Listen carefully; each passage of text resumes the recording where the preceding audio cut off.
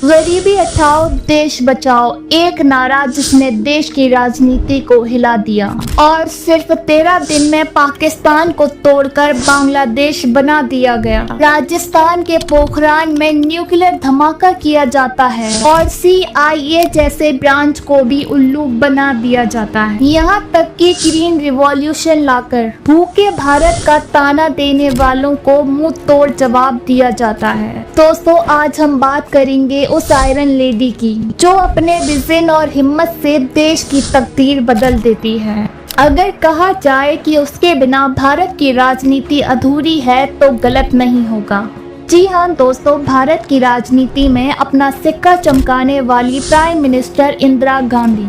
दरअसल दोस्तों, 1971 ईस्ट पाकिस्तान में जुल्म अपने चरम पर था। लाखों शरणार्थी भारत वापस लौट रहे थे और ऊपर से अमेरिका और चाइना की धमकियां भारत को खामोश करना चाहती थी, जो लगातार जोर डाल रही थी, भारत तुम चुप रहो।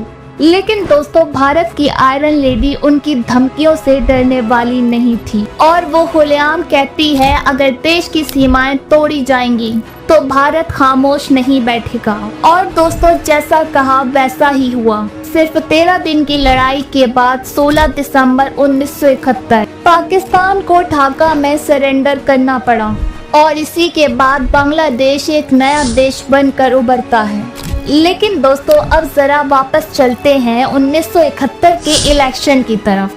जी हाँ, 1971 का इलेक्शन और एक नारा गूंजता है, गरीबी हटाओ देश बचाओ। और दोस्तों, अक्सर भारत की सियासत में ऐसे नारे आम आदमी के दिल को छू जाते हैं और कोई शक नहीं है दोस्तों कि उस वक्त ये नारा कांग्रेस के लिए एक वरदान साबित होता है, क्योंकि दोस्तों 1971 के लोकसभा इलेक्शन में 518 में से 352 सीटों के साथ कांग्रेस अपनी सरकार बनाकर देश की कमान संभालती है। यानी दोस्तों, कहा जाए तो एक सिंपल सा स्लोगन इंदिरा गांधी को सत्ता की कुर्सी पर बैठाने का एक रास्ता बन जाता है। लेकिन दोस्तों, कहानी में अभी धमाका की है। 18 मई 1974 राजस्थान के पोखरान रिसट में भारत का पहला न्यूक्लियर टेस्ट किया जाता है और उस ऑपरेशन को नाम दिया जाता है स्माइलिंग बुद्धा।